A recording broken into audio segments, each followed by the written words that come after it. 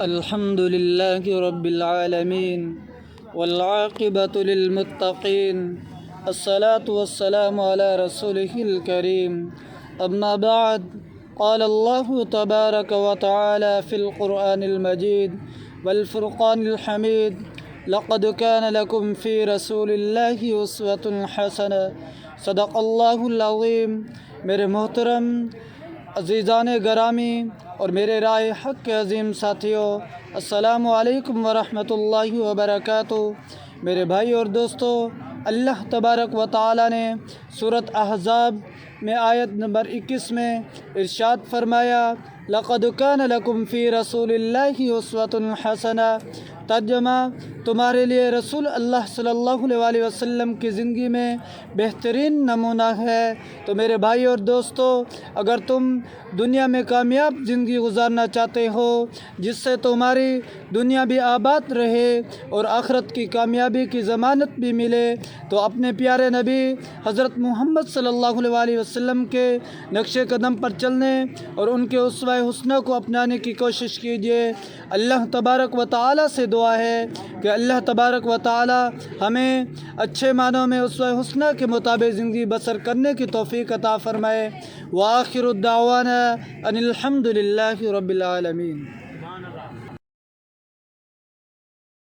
الحمد للہ رب العالمین والعاقبۃ للمتقین الصلاة والسلام علی رسولہ الکریم اما بعد فاعوذ باللہ من الشیطان الرجیم بسم اللہ الرحمن الرحیم وما ارسلناک الا رحمۃ للعالمین صدق اللہ العظیم۔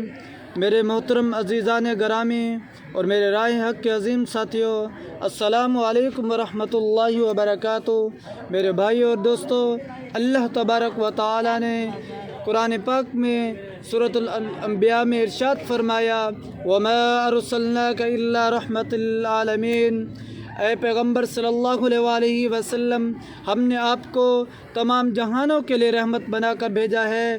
تو میرے بھائی اور دوستو، ایک آدمی آپ صلی اللہ علیہ وسلم کو قتل کرنے کا ارادہ کیا، لیکن آپ صلی اللہ علیہ وسلم سے محروم ہو کر تلوار اس کے ہاتھ سے گر پڑی۔ آپ صلی اللہ علیہ وسلم نے وہ تلوار اٹھائی تو آپ صلی اللہ علیہ وسلم اسے قتل کر سکتے تھے، لیکن آپ صلی اللہ علیہ وسلم نے اسے معاف فرما دیا۔ رسول اللہ صلی اللہ علیہ وسلم کے چچا حضرت حمزہ رضی اللہ تعالی عنہ کا قاتل وحشی مسلمان ہو گیا۔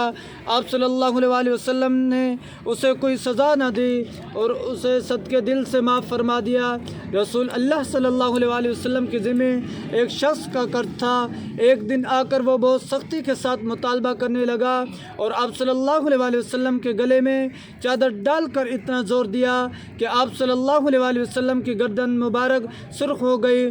صحابہ کرام رضوان اللہ اجمعین آگے بڑھے، لیکن رسول اللہ صلی اللہ علیہ وسلم نے انہیں منع کرتے ہوئے فرمایا، اسے ایسا کرنے کا حق نہیں ہے۔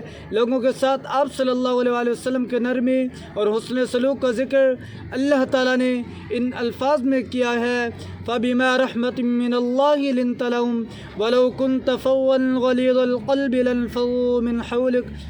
ترجمہ، پس اللہ کی رحمت کے سبب سے تم ان کے لیے نرم دل ہوئے، اور اگر تم مزاج کے اکھڑ اور دل کے سخت ہوتے تو یہ لوگ تمہارے پاس سے منتشر ہو گئے تھے۔